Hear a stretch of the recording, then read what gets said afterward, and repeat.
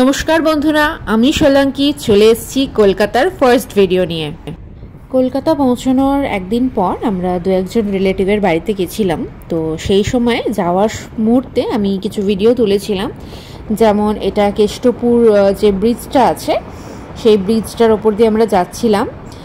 আর এই যে সামনে দেখুন যে লেক টাউনের ক্লক টাওয়ারটা আছে সেটা, তো এখান দিয়ে যাচ্ছিলাম, ভাবলাম আপনাদের সাথেও একটু এই ভিডিওটা শেয়ার করি। নিজে তো উপভোগ করছিলামই, কারণ এইখান দিয়ে আমরা অনেকবার যাতায়াত করেছি, আমি অফিস যেতাম, তো অনেক স্মৃতি আছে। তো আমি যখন এই পাশ দিয়ে যাচ্ছিলাম ভাবলাম আপনাদের সাথে একটু শেয়ার করি।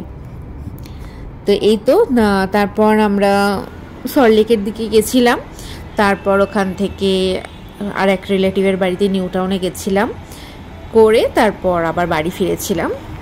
তো এই দেখুন কলকাতার বাস রাস্তা, এটা ছিল ইএম বাইপাস। তো অনেক মেট্রো কাজ হচ্ছে, মানে মেট্রোর প্রচুর কাজ হচ্ছে। তো চিনার পার্কে এলাকায় প্রচুর কাজ এগিয়ে গেছে এক বছরে, দেখে খুব ভালো লাগলো।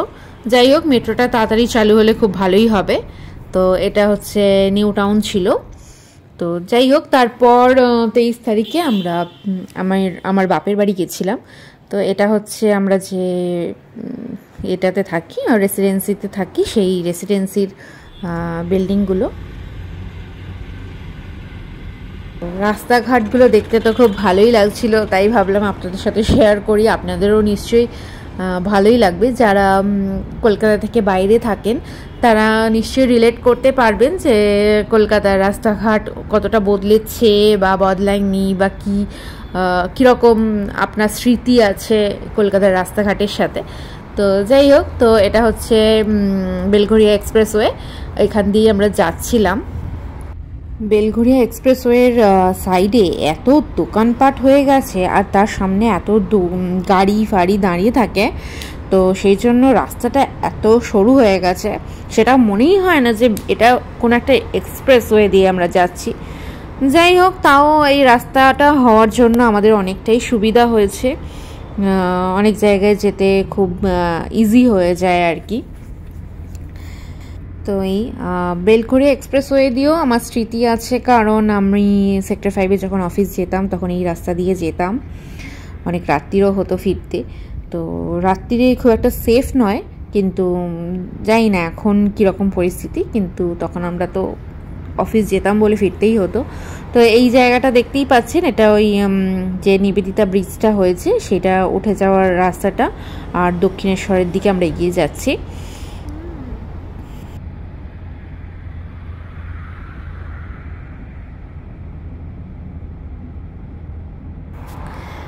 এই যে দক্ষিণেশ্বরের মেন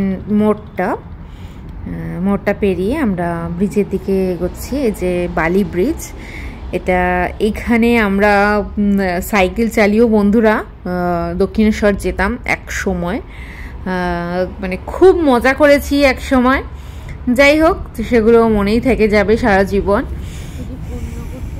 আর আমার কলেজও ছিল দক্ষিণেশ্বরে, তো দক্ষিণেশ্বরের সাথেও আমার স্মৃতি আছে, মানে সমস্ত জায়গার সাথেই একটু না একটু স্মৃতি তো জড়িয়েই আছে।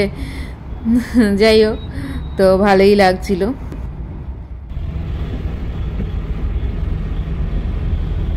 আমরা সেদিনকে 23 তারিখে গেছিলাম, 23 তারিখ সেদিনকে থেকে আমরা 24 তারিখে ফিরেছিলাম। তো 24 তারিখ সকালবেলা উঠে আমরা ফেমাস জিলিপি আর সিঙ্গারা দিয়ে ব্রেকফাস্ট করেছিলাম, মানে অসাধারণ স্মৃতি আর কি। জিলিপি আমার দারুণ লাগে, সিঙ্গারাটা আজকাল আমি অতটা খাই না। যাই হোক, জিলিপি খেতে আমার দারুণ লাগে। তো সিডনিতে যে জিলিপিগুলো পাই সেগুলো প্রচণ্ড ঘিয়ের গন্ধ, আমার একদমই ভালো লাগে না। তো সেজন্য মানে জিলিপি পেয়ে আমি বিশাল খুশি হয়েছিলাম।